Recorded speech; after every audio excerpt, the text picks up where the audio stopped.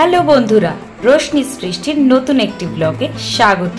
Rather অনেক দিন পরে আজ দেখো আমরা পৌঁছে গেছিলাম সিম্বা অ্যাক্রোপলিস মলে, যেটা অবস্থিত।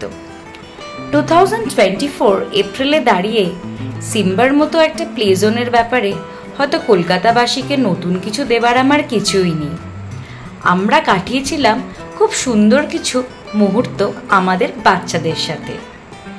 আমি, সৌমিতা, স্মিতা তাই এই সুযোগটা কোনোভাবেই ছাড়িনি। পৌঁছে গেছিলাম অ্যাক্রোপলিস মলে, ফুড কোর্টের ঠিক ওপরের তলায় সিম্বায়। ঢুকতেই পেয়েছিলাম চেক ইন কাউন্টার। 700 টাকা পার ঘন্টায় বাচ্চাদের দিলাম ঢুকিয়ে। তার একটাই কারণ, 3 বন্ধু অপরন্ত আড্ডায় মেতে থাকবো বলে। তবে ঢুকতেই দারোয়ান দিদি দিল আমাদের আটকে, কারণ জুতো পরে ভেতরে যাওয়া যাবে না। জুতো খুলে 3 বাচ্চা চলে গেল নিজের মতো। এবার তোমরা দেখে নাও এদের মাতিয়ে রাখার কি কি জোনস আছে। আমি হয়তো দেখাচ্ছি, এর মধ্যে অনেক মা বাবাই হয়তো জানে এই বিষয়টির ব্যাপারে, মানে সিম্বা আসলে কি, বাচ্চারা এখানে কেমন ভাবে এনজয় করতে পারে। তবে ভয় পেও না, এদের ছেড়ে দিয়ে আমরা নিশ্চিন্ত বসে আড্ডায় এই জন্যই ছিলাম কারণ ওদের গাইড করার মতো অনেক দিদিরাই ছিলেন, যারা সারাক্ষণ তাদের সাবধানে রাখছিলেন যাতে তারা পড়ে না যায়, আঘাত না পায় এবং যাবতীয় অনেক কিছু।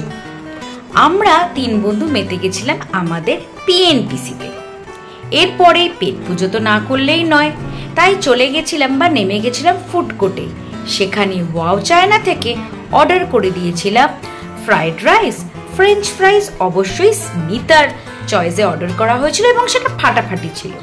সঙ্গে ছিল মাঞ্চুরিয়ান চিকেন, কারণ জানা গেছিল সেটাই নাকি ঝাল কম হবে। ব্যাস, দেখতে দেখতে টাইম গেল, বাজলো ছুটির ঘন্টা। ব্যাস, নেমে পড়লাম নিচে।